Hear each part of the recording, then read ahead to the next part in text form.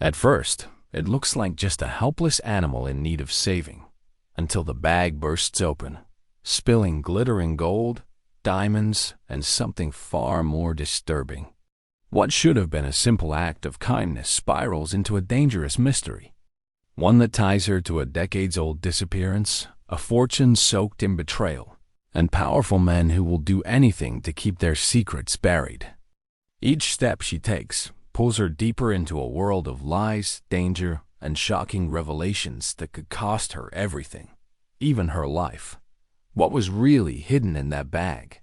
And why are people willing to kill to make sure no one ever finds out? You being here is a reminder. The quiet acts of love and kindness still matter. If you hold space for compassion, you're already part of this community. The desert sun hung low on the horizon, painting the Arizona landscape in shades of amber and gold. Ruth Delaney's tired eyes stayed fixed on the empty road ahead as her old pickup truck rumbled steadily homeward. After a long shift at the veterinary clinic, all she wanted was a quiet evening and maybe a cup of hot tea. Something dark caught her eye, a shape that shouldn't be there on the dusty shoulder of the road. Ruth's foot instinctively moved to the brake pedal. As she drew closer, her heart nearly stopped.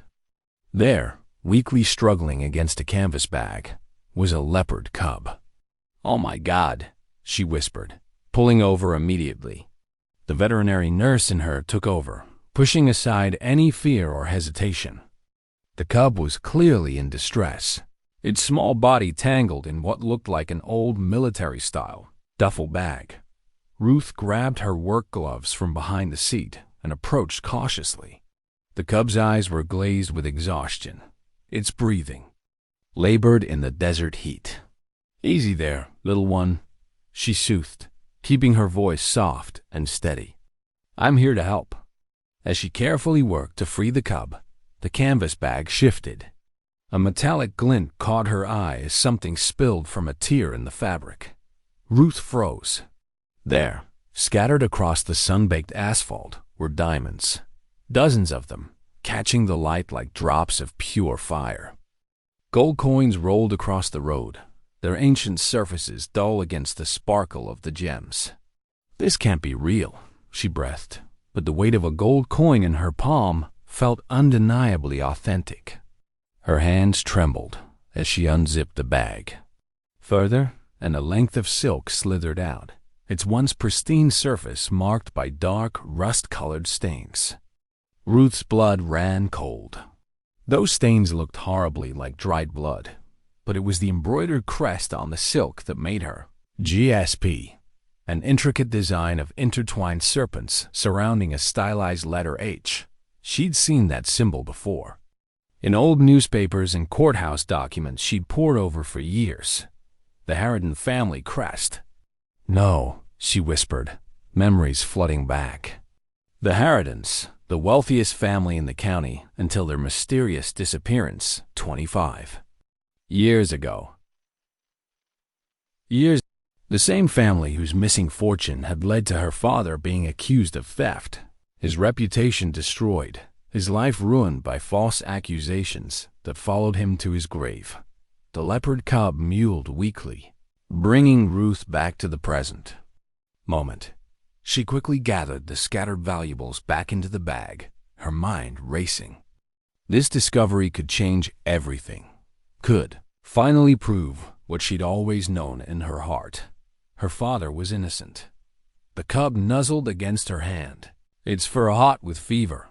"First things first," Ruth said firmly, gathering the small creature into her arms. "Let's get you somewhere safe, little one. Then we can figure out exactly what this all means."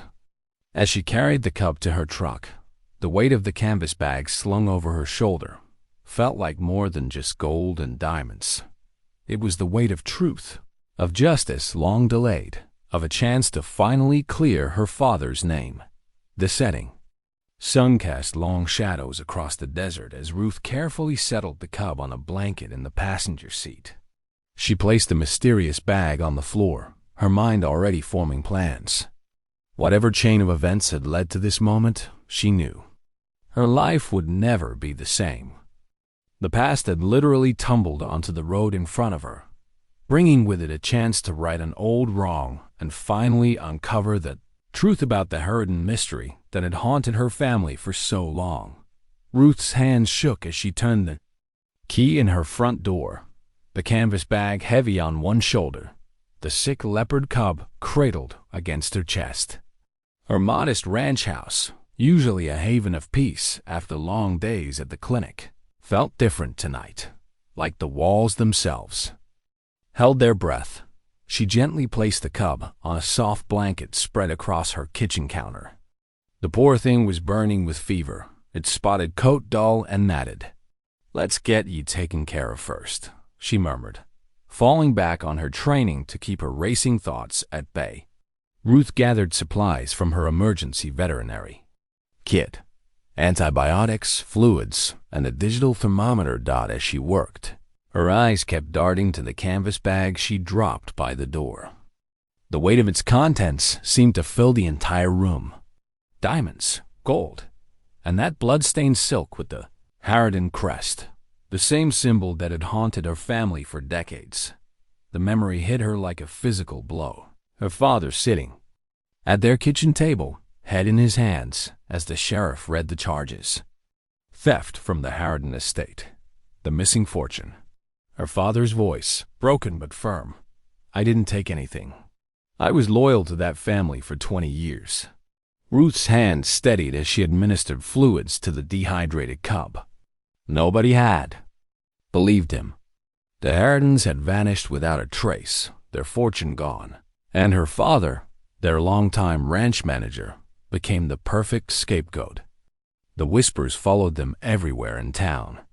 Good people turned their backs. Job opportunities disappeared. Her father died 5 years later, his spirit crushed but his innocence unchanged. "What am I supposed to do with you?" she whispered, both to the cub and the damning evidence by her door. The bag felt like a time bomb, each glittering stone a potential explosion waiting to happen. But it was also proof that the fortune hadn't been stolen by her father. It had been out there all this time, hidden away for reasons she couldn't yet understand. The cub whimpered, drawing her attention back. Its temperature was dangerously high. Ruth prepared a cool compress, her veterinary training taking over. "You're going to be okay," she soothed, though her words felt hollow. Against the weight of her situation, she needed to think clearly, to make decisions that wouldn't put her in danger. After stabilizing the cub, Ruth finally forced herself to deal with the bag. Her spare bedroom closet had a loose floorboard, a hiding place she'd used as a child for treasured trinkets. Now it would hold something far more valuable. Her hands trembled as she lifted the board, carefully tucked away the canvas bag, and replaced everything exactly as it had been. The house felt different with its hidden secret. Every creak of the settling foundation made her jump. Every passing car's headlights through her windows seemed to pause too long. Ruth made herself a cup of tea, trying to calm her nerves, but the ceramic mug rattled against its saucer. The cub stirred on its makeshift bed, and Ruth stroked its fur gently. "At least you're real," she said softly. "At least helping you makes sense." The medical care, the quiet monitoring, these were things she understood. These were problems she knew how to solve. But the rest? The implications of what she'd found. Ruth's mind spun with possibilities and dangers. Someone had left that bag on the road. Someone had wrapped a leopard cub in it, an exotic animal that shouldn't be anywhere near the Arizona desert. Someone might come looking. She needed to be careful. The small town of Copper Creek ran on gossip and sharp eyes. A single slip, one wrong word to the wrong person, and everything could unravel. Ruth had watched it happen to her father. How quickly whispers could become shouts. How suspicion could harden into conviction. The cub's fever finally broke near midnight. Ruth exhaustedly slumped in her kitchen chair, watching its breathing even out. Her father's words echoed in her memory. The truth always comes out, Ruthie. Maybe not when we want it to, but it comes out. She looked toward the spare bedroom, knowing what lay beneath its floor. The truth had literally fallen into her lap, but now the weight of it pressed down on her shoulders. Ruth knew she couldn't trust anyone with this discovery. Not yet. Not until she understood more about what had really happened to the Harridans and why their fortune had been abandoned on a desert road with a dying leopard cub. The night stretched long before her as she maintained her vigil over the cub, her mind cycling through fears and possibilities. Every sound from outside seemed magnified. But beneath the anxiety, a steady resolve began to take root. She had a chance to clear her father's name, to uncover the truth that had eluded them for so long. Whatever came next, she would protect both the cub and the evidence she'd found, even if it meant facing the dangers alone. Ruth's morning routine at the veterinary clinic was interrupted by the distinctive crunch of tires on gravel. Through the window, she spotted the gleaming sheriff's badge catching sunlight as Callum Hyde stepped out of his patrol car. Her stomach tightened. In 15 years, the sheriff had never once visited the clinic. "Miss Delaney." His voice boomed with manufactured warmth as he entered. "How's our favorite vet nurse doing this fine morning?" Ruth kept her movements steady as she organized medical supplies, though her hands wanted to shake. "Just fine, Sheriff. What brings you by?" Hyde's boots squeaked against the linoleum as he approached, thumbs hooked in his belt loops. "Heard you had some car trouble out on Route 16 yesterday. Everything okay?" The way he stressed everything made Ruth's skin prickle. "Just a quick stop," she said carefully. "Thought I saw something in the road." Hyde's smile didn't reach his eyes. "A lot of strange things turn up in the desert. Always best to report anything unusual, for everyone's safety." Before Ruth could respond, the clinic's door chimed again. A man in an expensive suit, completely out of place in their dusty town, strode in like he owned the building. His polished appearance screamed city slicker. "Jonas Brandt," he announced, extending a manicured hand first to Hyde, then to Ruth. "Just acquired some property near the old Harridan place. Heard this was the best vet clinic around." Ruth felt trapped between them, Hyde's false friendliness and Brandt's calculated charm. "We're not taking new clients at the moment," she managed. "Oh, I don't have any pets yet." Brandt's smile was practiced perfection. "Just getting to know the community. Actually, I'd love to pick your brain about the area. Maybe over coffee?" "Miss Delaney knows this region well," Hyde cut in. Smoothly. Her father worked the Harridan Ranch back in the day, before the unfortunate business. The casual mention of her father made Ruth's chest tight. These men were playing some kind of game, and she was caught in the middle of it. "Really?" Brandt's interest sharpened. "How fascinating. You must have such interesting stories about the old place." "Not really." Ruth kept her voice neutral. "I was very young." "Still," Hyde pressed, "you must remember something. Those were significant events for our town." Ruth busied herself with reorganizing already neat shelves. "Just what everyone knows. The family disappeared, their fortune vanished, and good people had their lives ruined by rumors and accusations." The last part came out sharper than intended. Hyde's friendly mask slipped for just a moment, revealing something harder underneath. "Ancient history now," Brandt said smoothly, though his eyes were calculating. "But speaking of the area, I'd value your local insight. The desert can be so unpredictable. Never know what you might stumble across out there." The threat was subtle but clear. Ruth thought of the cub hidden at home, slowly recovering, the bag beneath her floorboards. These men knew something, or suspected something, but she couldn't tell how much. "I really need to get back to work," she said firmly. "We have surgery scheduled." Of course. Brandt pulled out a business card, placing it on the counter. "Call me anytime. I'm very interested in local history." Hyde lingered after Brandt left, his presence filling the small clinic. "You know, Ruth, I can call you Ruth. This town works best when everyone's honest with each other. If you ever need to talk about anything you've found, my door's always open." Ruth met his gaze steadily, channeling her father's quiet strength. "Thank you, Sheriff. But I'm just trying to do my job here. But I'm just trying to do my job. You." After they finally left, Ruth leaned against the counter, her legs weak. Their visit confirmed her worst fears. Word had gotten out about her desert stop. But how? And why did it draw such immediate attention from a sheriff and a land developer?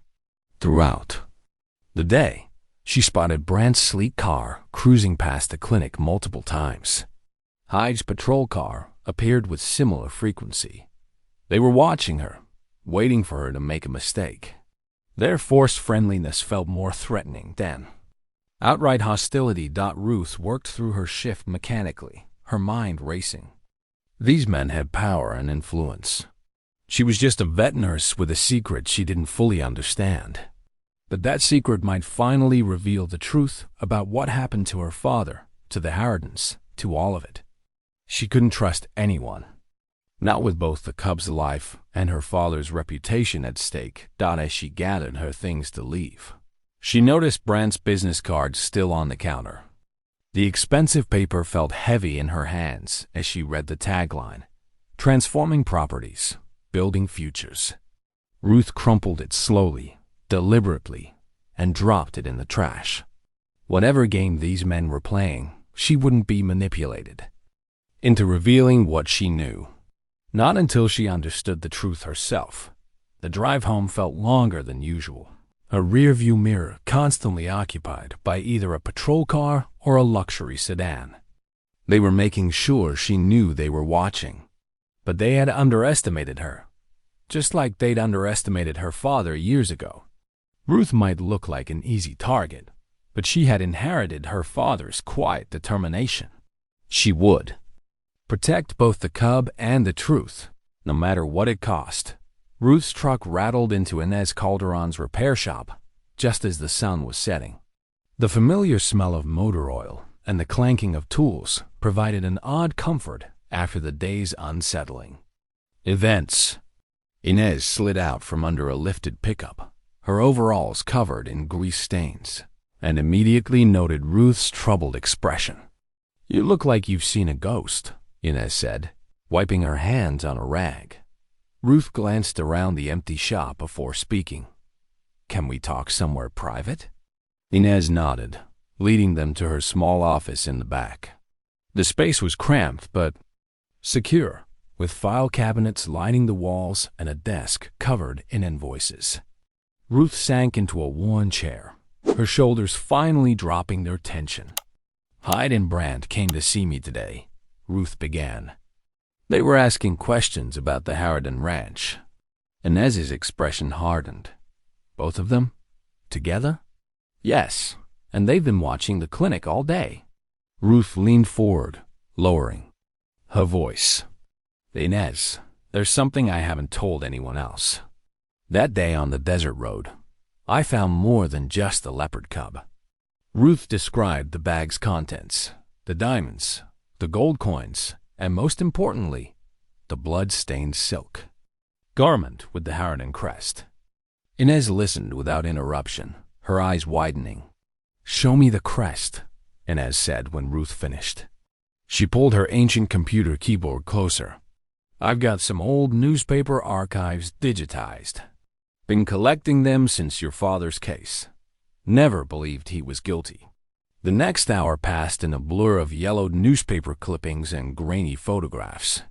They found the Harridan crest repeated in several society pages, events, charity functions, business dealings. But it was a small article from 25 years ago that made them both pause. "Look at this," Inez pointed to the screen. 3 weeks before the Harridans disappeared, they fired their entire security staff. Replace them with a private firm recommended by Callum Hyde. Ruth leaned closer. Hyde? But he was just a deputy then. A deputy who somehow led the investigation when they vanished. Inez pulled up another article. And here, the land development company Brandt works for? They tried to buy the Harridan Ranch right after the family disappeared, but couldn't because of the ongoing investigation. Ruth felt cold, despite the warm office. The same investigation Hyde was running. They dug deeper. Hyde's career had skyrocketed after the Harridan case. The evidence against Ruth's father and others had been circumstantial at best, but Hyde had pushed it through. And Brandt's company had been quietly buying up parcels of land around the old ranch for years. "They're connected," Ruth whispered. "They have been all along. But why watch me now?" Unless they know what you found," Inez finished. "Or suspected. That bag, it's proof of something they've been hiding for decades." Ruth described the diamonds again, the gold coins, the blood-stained garment. Inez's expression grew increasingly grave. "This isn't just about clearing your father's name anymore," Inez said. "Whatever happened to the Harridans, Hyde and Brandt were involved. And now they think you've found evidence that can expose them. What am I going to do?" Ruth asked, her voice small. Inez gripped her hand firmly. "We're going to be smart. We're going to document everything you found. Make copies of these articles. Build a case. And we're going to be very, very, very careful. I can't ask you to risk yourself. You're not asking. I'm telling." Inez's eyes flashed with determination. "Your father was my friend too. He didn't deserve what they did to him. And now we might finally have a chance to prove it." They spent the next hour making copies and organizing their findings. The pattern was clear. Hyde and Brandt had connections to the Harridan case that went far beyond coincidence. Their current interest in Ruth wasn't random. They were afraid of what she might have discovered. "Don't trust anyone else," Inez warned as Ruth prepared to leave. "Not even people you think you know. Whatever happened back then, it was big enough to bury for 25 years. They won't let it come to light easily." Ruth nodded, clutching their research close. "Thank you, Inez, for believing me. Always have, always will." Inez's expression softened. "Your father would be proud of you, Ruth. Just be careful. These men, they've had decades to perfect their lies. And they've got everything to lose." Ruth's hand shook as she unlocked her front door after another long day at the clinic. The lock clicked open, but the door swung wide too easily. Her heart stopped. The deadbolt was splintered, wood fragments scattered across her welcome mat. "No, no, no," she whispered, pushing the door open slowly. Her living room was ransacked. Cushions slashed open, drawers emptied onto the floor, pictures knocked from walls. The afternoon sunlight streaming through the windows illuminated the destruction in harsh detail. But it was the silence that terrified her most. Where was the Leopard Cub? "Little one?" She called out softly, moving through the chaos. "Where are you?" A weak mewl came from under her bed. Ruth dropped to her knees, peering into the darkness. The cub had wedged itself into the farthest corner, trembling. As her eyes adjusted, she saw the blood. Oh God. Ruth reached for the cub, her veterinary training taking over. The poor creature had a deep cut along its flank, likely from being kicked or struck during the break-in. It didn't resist as she gently pulled it out. Too weak and frightened to fight Dot in her makeshift treatment area, Ruth cleaned and stitched the wound with shaking hands. The cub whimpered, but stayed still, as if knowing she was helping. "I'm so sorry," she whispered, fighting back tears. "I'm so sorry they hurt you." Once the cub was stable, Ruth searched her house. The hiding spot where she'd kept the bag had been discovered.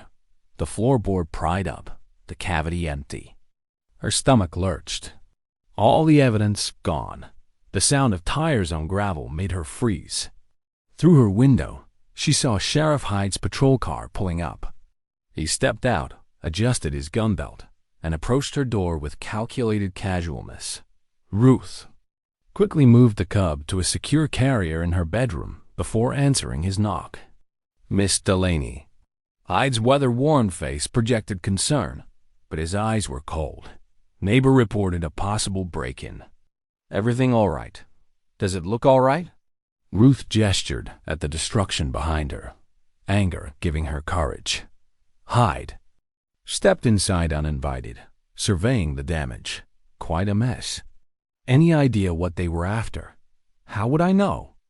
Ruth crossed her arms, watching him prowl through her living room. "Strange thing," Hyde mused, picking up a fallen photo frame. "Most burglars take TVs, electronics. Yours just searched." He set the frame down with deliberate care, almost like they were looking for something specific. Ruth met his gaze steadily. "Is that your professional opinion, Sheriff? You know what I think?" Hyde moved closer, his bulk filling her doorway. "I think you found something out there in the desert, something that wasn't yours to keep." "I found an injured animal that needed help," Ruth said firmly. "That's all." "That's all?" Hyde's voice dropped lower.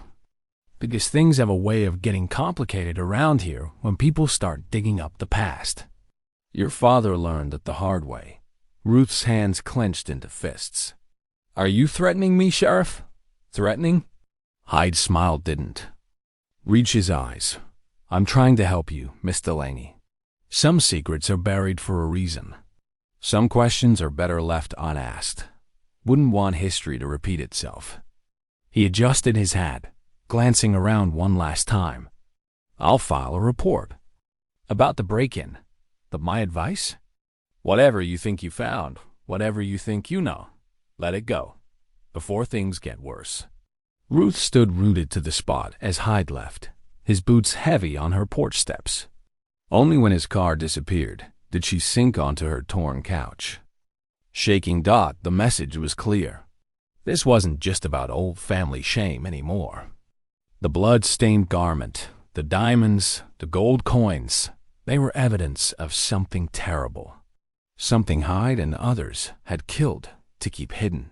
From her bedroom, the Leopard Cub made a soft sound of distress. Ruth wiped her eyes and went to check on it, her mind racing. Her father hadn't been a thief. He'd been a witness.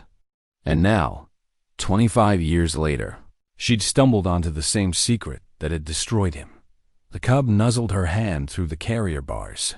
Its trust unmistakable despite its injury. Ruth stroked its head gently, determination replacing her fear. They had hurt this innocent creature to send her a message. They had invaded her home, threatened her safety, just as they had done to her father. "I won't let them win," she whispered. To the Cub, "Not this time." The desert night wrapped around Ruth like a cold blanket as she crouched behind scraggly mesquite bushes, studying Brandt's sprawling ranch house. Security lights cast yellow pools across the gravel driveway, but the back of the property remained helpfully dark. Her heart hammered against her ribs as she checked her phone one last time. 11:35 p.m., according to Inez's intelligence gathering. Brandt always attended the town council meetings on Tuesday nights, usually lingering for drinks. Afterward, Ruth took a deep breath and darted across the open ground, keeping low. The worn soles of her boots made little sound on the packed earth. She dressed entirely in black, her dark hair tucked under a cap. The beam of her small flashlight bobbed ahead of her as she followed the path she'd memorized from satellite photos. Behind the main house, a stone stairway led down to what looked like an old-fashioned root cellar. But Ruth had overheard Brandt bragging at the feed store about his extensive wine collection, kept in the perfect desert storage. Her fingers trembled as she tried the heavy padlock. To her surprise, it turned easily. Someone hadn't latched it properly after their last visit. The hinges creaked as she eased the wooden door open. Ruth froze, listening for any reaction from the house. Nothing. She slipped inside, pulling. The door nearly closed behind her. The cellar air hit her face, cool and damp. Stone steps led down into darkness. Ruth switched on her flashlight, revealing rows of wooden wine racks along both walls. The beam caught labels worth more than she made in a month. But she wasn't here for the wine dot at the far end, a metal filing. Cabinet looked oddly out of place among the vintage bottles. Ruth approached it carefully, noting the scratches around the lock that suggested frequent use. Her lock-picking skills, learned from Inez, came in handy once again. The bottom drawer contained exactly what she'd hoped to find. Leather-bound journals, their pages yellow with age. Ruth's hand shook as she opened the first one, recognizing the Harridan family crest embossed on the cover. The elegant handwriting inside belonged to Eleanor Harridan herself. Ruth sank to the floor, using her flashlight to read, April 15th, 1998. Hyde's threats grow more explicit. He claims to have evidence that could destroy everything we've built. But I've seen the ledgers he keeps in his safe. He's been stealing from us for years, funneling money through that smooth-talking developer, Brandt. They think I'm a foolish woman who won't notice. They're wrong. Ruth's breath caught. She flipped forward several pages. May 2nd, 1998. The plan is set. Thomas has arranged everything. The world will believe we died in the plane crash while we slip away to safety. Our most loyal servant, James Delaney, will transport our emergency funds and documentation to the meeting point. Without his help, we could never manage this escape. James Delaney. Her father. Ruth's vision blurred with tears as she read on, the truth finally emerging after 25 years. Her father hadn't stolen anything. He'd been helping the Harridans escape Hyde's corruption. The next entry made her blood run cold. May 10th, 1998. Disaster. James never arrived at the rendezvous. The bag containing our funds and proof of Hyde's crimes has vanished. Thomas insists we must continue with our plan, but my heart breaks for James. If Hyde discovered his role, the journal fell from Ruth's numb fingers. Her father's disgrace, his sudden death months later that everyone called an accident. It had all been orchestrated by Hyde and Brandt. They'd framed an innocent man to cover their tracks after the Harridans slipped through there. Fingers. More recent entries filled the final pages. Eleanor had been watching from afar all these years, documenting Hyde and Brandt's continuing corruption, but unable to act without proof. The bag Ruth had found was the missing piece, tangible evidence of both the Harridan survival and Hyde's original crimes. A car door slammed outside. Ruth scrambled to photograph as many pages as she could with trembling fingers. Footsteps crunched on gravel, growing closer. She carefully returned the journals to their drawer, heart pounding. The cellar door creaked. Open above her. She killed her flashlight and pressed herself into a dark corner behind the wine racks, barely daring to breathe. Heavy boots descended the stairs. A switch clicked, and bare bulbs illuminated the cellar. Jonas Brandt's polished shoes came into view between the wine bottles. He walked straight to the filing cabinet, opened the drawer Ruth had just closed, and removed one of the journals. As he thumbed through it, he spoke into his phone. Hyde? It's Brandt. The journals are still here, but something's not right. The lock was loose. He paused, listening. No, I'll handle it. But if Delaney's girl is poking around, another pause. Understood. We can't let history repeat itself. Ruth remained motionless until long after Brandt's footsteps faded and the cellar returned to darkness. Only then did she allow herself to breathe, her father's true story burning in her mind like a flame. She knew the truth now, but that truth had already killed one Delaney.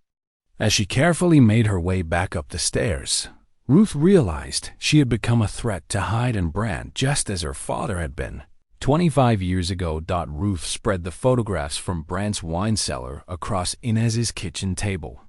Her hands trembled as she arranged them under the harsh fluorescent light. These prove the connection, but they're not enough. We need the actual documents Hyde used to frame my father. Inez leaned forward, her work overalls still stained with grease from the day's repairs. Those records would be in Hyde's office, at the courthouse. But Ruth, breaking in there, she shook her head. That's not just dangerous. It's asking for prison time. My father went to his grave, branded a thief. Ruth's voice cracked. I can't let that stand, not when we're this close to the truth. Inez studied her friend's face for a long moment, then nodded. Hyde's got 2 Rottweilers guarding the grounds at night. Good thing you're a vet, huh? They spent the next hour planning. Ruth prepared sedative doses while Inez sketched the courthouse layout from memory. The records office had a back entrance, rarely used but perfect for their needs. Ruth would handle the dogs and the break-in. Inez would keep watch from her truck, ready for a quick escape. Under the cover of darkness, Ruth approached the courthouse grounds. Her veterinary scrubs helped her blend in with the shadows as she crept toward the sound of low growling. The dogs emerged from behind a hedge, hackles raised. Ruth's heart hammered, but she kept her movements slow and deliberate. She'd treated these same dogs before. They knew her scent. Hey there, big guys, she whispered, pulling out treats laced with a mild sedative. Remember me? The larger dog sniffed cautiously, then accepted the offering. His companion followed suit. Within minutes, both animals lay sleeping peacefully in the grass. Ruth gave each a gentle pat before moving on. The lock on the back door proved more challenging, but Inez's lessons paid off again. Inside, Ruth navigated the dark hallways by memory, having visited the records office countless times during her earlier research into her father's case. The filing cabinets loomed like silent sentinels in the darkness.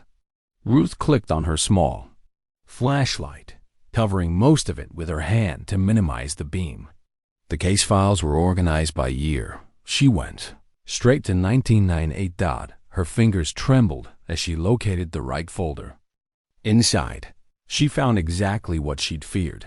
Statements bearing her father's signature that she knew he'd never have signed. Receipts for transactions that never happened. All carefully crafted to paint James Delaney as a thief. Ruth worked quickly, photographing each document with her phone. The sound of keys jingling in the hallway made her freeze. Getting sloppy, Ruth? Jonas Brandt's voice carried through the darkness. Just like your father. She killed her flashlight, but it was too late. Brandt's broader silhouette filled the doorway, blocking her escape route. The beam of his flashlight found her face. Those journals weren't enough for you. He stepped closer, his polished shoes clicking on the tile floor. Had to come digging for more trouble? Ruth backed away, clutching the file to her chest. My father was innocent. You and Hyde framed him. Your father was a problem that needed solving. Brandt's smile didn't reach his eyes. Just like you've become. He lunged forward. Ruth ducked under his grasp and sprinted toward the door, but Brandt's hand caught her arm. She swung the heavy file at his face, connecting with enough force to make him stumble. The chase led them up a maintenance stairwell. Ruth's lungs burned as she took the steps 2 at a time, hearing Brandt's heavy footfalls close behind. She burst through a door onto a narrow maintenance walkway, overlooking the courthouse's central atrium. Brandt caught up with her at the railing. In the struggle, the file went flying, papers scattering like leaves in autumn. Ruth fought with desperate strength, but Brandt was bigger, stronger. He pushed her against the railing, which groaned ominously under their combined weight. You could have left it alone, Brandt snarled. Could have lived your quiet little life. But you had to be noble, just like him. The railing gave way with a metallic shriek. Ruth felt herself falling, managed to grab onto a broken section of railing with one hand. 3 stories of empty air yawned beneath her feet. Brant stood over her, his face twisted with malice. At least your death won't need as much explaining as his did. He raised his foot to stamp on her fingers and suddenly jerked backward, caught in a bear hug from behind. Inez had arrived. Get away from her. Inez's voice was fierce with protective. Raged out in their struggle, Brant lost his balance. He grabbed for the broken railing but missed, plummeting with a cry that ended in a sickening crash below. Inez pulled Ruth to safety, and they clung to each other, shaking. I heard the commotion from outside, Inez explained. Couldn't let you have all the fun. Ruth looked down at the scattered documents, many of which had landed on the atrium floor near Brant's motionless form. We need to gather those papers before anyone comes to investigate. They worked quickly, collecting every sheet they could find. The evidence was now secure. Proof of her father's innocence and Hyde's corruption, paid for with blood and fear. But Ruth knew this wasn't over. Hyde was still out there, and he would be coming for them both. Ruth's hand shook as she poured coffee into her chipped mug. The morning newspaper lay spread across her kitchen table, its headline screaming, "Local developer dies in tragic accident." The article painted Jonas Braun as a pillar of the community, taken too soon. There was no mention of why he had been. In the courthouse that night, the Leopard Cub mewed softly from its makeshift bed in the corner. Its injured leg was healing well, the bandages now more precautionary than necessary. Ruth crossed the room to scratch behind its ears, finding comfort in the gentle purr that rumbled in response. Her phone buzzed. Another threatening text from an unknown number. She'd received dozens since Brant's death 3 days ago. The messages grew darker each time. Accidents happen to nosy people. Your father learned the hard way. Back off while you still can. A knock at the door made her jump. It was Inez, looking exhausted and angry. They're at it again, Inez said, storming into the kitchen. Hyde's deputies came by the shop this morning. Said they're conducting a routine inspection of my business permits. 3rd time this week. Ruth's stomach clenched. He's trying to squeeze us both. That's not all. Inez dropped into a kitchen chair. My biggest client just canceled their fleet maintenance contract. Said they'd heard concerning things about my work quality. 20 years of perfect service, and suddenly I'm unreliable. The weight of what they were up against pressed down on Ruth's shoulders. Hyde wasn't just a corrupt sheriff. He was the spider at the center of a web that stretched across their entire community. He could destroy lives with a whisper, turn neighbors against each other with carefully planted doubts. Maybe. Ruth's voice cracked. Maybe we should stop. The evidence we have isn't enough to bring him down without Eleanor Harridan coming forward, and we have no way to find her. I can't ask you to lose everything because of my fight. The Leopard Cub limped over to Ruth, butting its head against her leg. She bent down to stroke its spotted fur, remembering how she'd found it tangled in that canvas bag. Afraid, hurting but still fighting to survive. Your father never gave up, Inez said softly. Even when they took everything from him, he kept his dignity. Kept telling the truth until the day he died. Ruth looked up at her friend, seeing the same fierce loyalty that had defined their friendship. Since childhood, Hyde's not going to stop, is he? Even if we back down now, men like him never stop. Inez's jaw set in determination. They just get bolder, thinking they're untouchable. The morning sun streamed through Ruth's kitchen window, catching the silver threads in Inez's dark hair. They'd both aged years in the past few weeks, carrying the weight of secrets and fear. But something else had grown stronger too, a bond. Forged in shared danger and unwavering trust. Ruth stood up straighter. Then we fight back. Not just for Dad, but for everyone Hyde's hurt. Everyone he might hurt in the future if we don't stop him. They spent the next hours planning, spreading their evidence across the kitchen table like generals mapping out a battle strategy.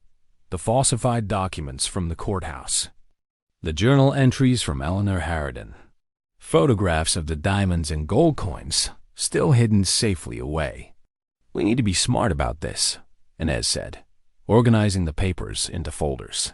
"Hyde's got too many friends in high places. We take this to the wrong person, it'll disappear faster than morning dew." Ruth nodded, her mind racing. The state. Police might. A rock crashed through the window, sending glass shards flying. The leopard cub yowled and darted under the couch. Attached to the rock was a note. "Last warning." Inez helped Ruth clean up the glass, their movements careful but determined. The threat had only strengthened their resolve. "You know what my father used to say?" Ruth asked, sweeping up the last fragments. "The truth is like water. It might take the long way around, but it always finds a path through." The leopard cub emerged from its hiding place, pressing against Ruth's legs. Its injury hadn't broken its spirit. If anything, it seemed stronger for having survived. Ruth felt a similar strength growing in her own heart, replacing the fear with something harder and more durable. "Hyde thinks he can wear us down," she said, straightening up. "Make us too tired and scared to keep fighting. But he doesn't understand what it's like to live with injustice for 20 years. To see your father's name dragged through the mud. To watch good people suffer while criminals wear badges." Inez reached out and squeezed her hand. "So what's our next move?" "We gather more allies. There must be others who've seen Hyde's true nature, who've been waiting for a chance to speak up. We build our case stronger, piece by piece, until it's too big for him to bury." The sun was setting now, painting the desert sky in fierce oranges and purples. Ruth stood at her broken window, watching the colors fade into dusk. She was tired. Yes, bone-deep exhausted. But it was a clean kind of tired, like after a hard day's honest work. The kind of tired her father must have felt all those years ago, standing up for what was right, even when it cost him everything. The leopard cub pressed against her legs again, its purr a steady reminder of resilience. Tomorrow would bring new threats, new challenges. But tonight, Ruth knew with absolute certainty that she would face them all. Not just for her father's memory, but for the truth itself, and for all those who had lost their voices to men like Hyde. Ruth woke to the acrid smell of smoke. Her eyes flew open in the darkness, stinging immediately as thick gray clouds rolled across her ceiling. The leopard cub was already pawing at her arm, making distressed sounds that cut through the quiet night. Heat pressed against her skin as she stumbled out of bed. Orange light flickered beneath her bedroom door, casting dancing shadows on the wall. The crackle of flames grew louder with each passing second. "No, no, no, no," she whispered, heart pounding. The evidence, all their carefully gathered proof, was in her study. She had to get to it. Ruth pulled her shirt over her nose and dropped low, crawling toward the door. The handle was warm, but not hot. She eased it open and immediately recoiled, as a wave of heat and smoke rolled over her. The hallway was already an inferno, flames licking up the walls and across the ceiling. The leopard cub pressed against her legs, trembling. Through the roar of the fire, Ruth heard wood splintering somewhere in the house. A support beam crashed down in the living room, sending up a shower of sparks. "This way," she choked out, guiding the cub toward the study. The smoke was thicker here, making her eyes water and her lungs burn. She could barely see 3 feet ahead. The study door was hot to the touch. Ruth wrapped her hand in the hem of her nightshirt and turned the handle, shoving it open.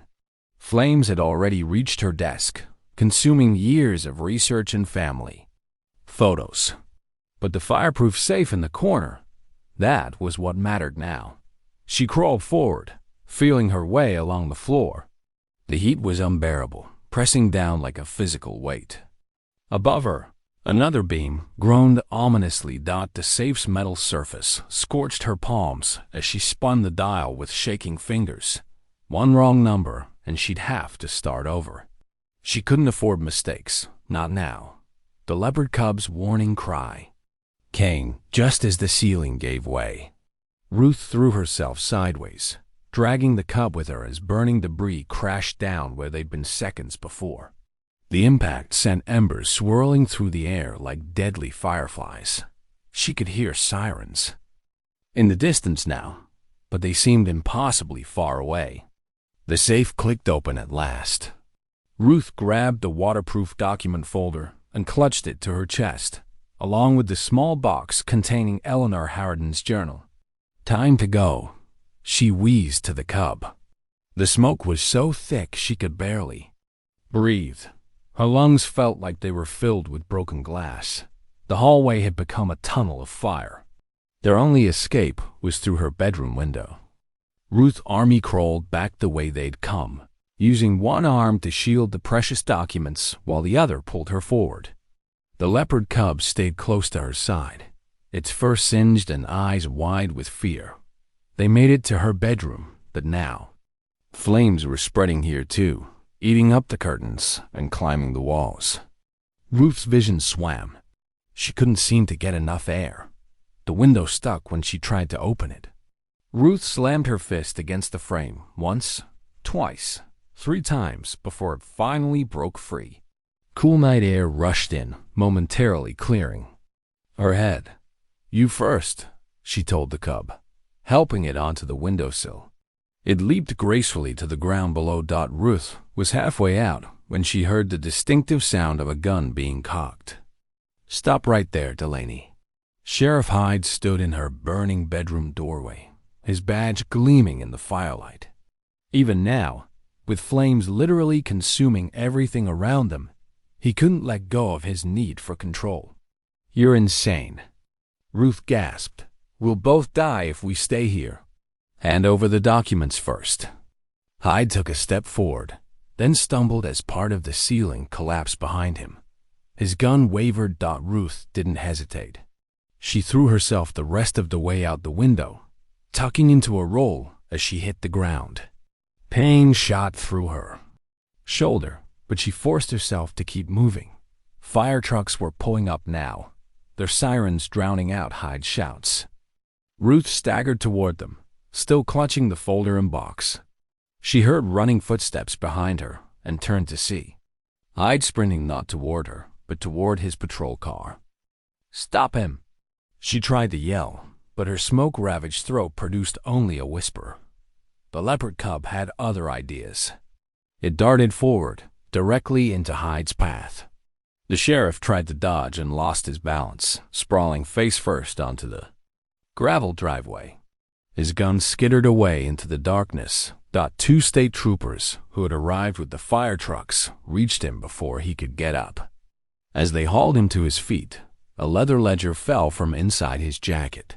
Ruth recognized it instantly. The same ledger she'd seen in his office, documenting years of bribes and blackmail. Hyde had tried to retrieve it from the fire, not realizing he was delivering the final piece of evidence against himself. The world started to go dark around the edges.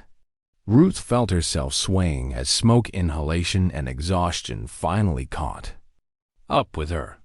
The last thing she saw before consciousness faded was the Leopard Cub sitting regally beside her, watching as Hyde was placed in handcuffs and her house continued to burn, taking with it 2 decades of lies and corruption. Emergency responders rushed forward to catch her as she collapsed. Through the haze, she heard them calling for oxygen, for an ambulance, but none of that seemed important now. The truth was finally free, rising from the ashes like a phoenix.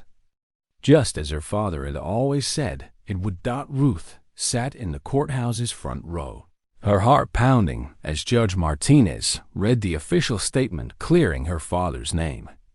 The Leopard Cub, now nearly recovered, pressed warmly against her leg beside her and has squeezed her hand in silent support. In light of new evidence, This court formally exonerates James Delaney of all charges related to the Harridan estate theft, Judge Martinez declared. Furthermore, we acknowledge the systematic corruption perpetrated by former Sheriff Callum Hyde and his conspirators. Tears blurred Ruth's vision as 2 decades of shame lifted from her family's shoulders. She touched the worn photo of her father in her pocket, his kind eyes and weathered smile frozen in time, but his spirit very much alive in this moment of vindication.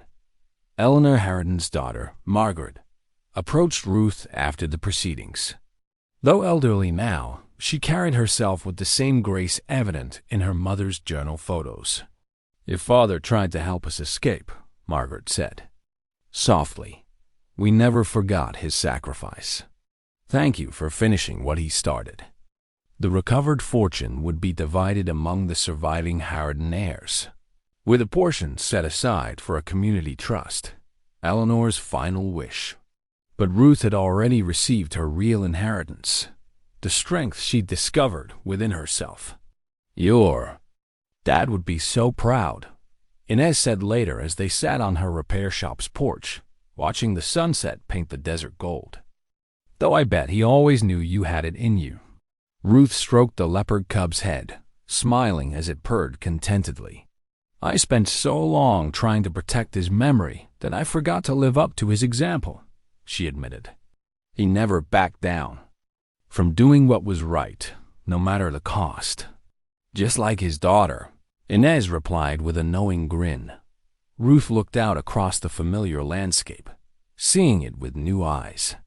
The same sun-baked earth and rugged mountains that had witnessed her father's disgrace now stood testament to his redemption. More than that, they had witnessed her own transformation from a woman haunted by the past to one ready to forge her own path forward. The truth had indeed set them both free. Thank you for watching. If even one moment stayed with you, don't forget to subscribe. I'll be here tomorrow with another story that speaks to the heart.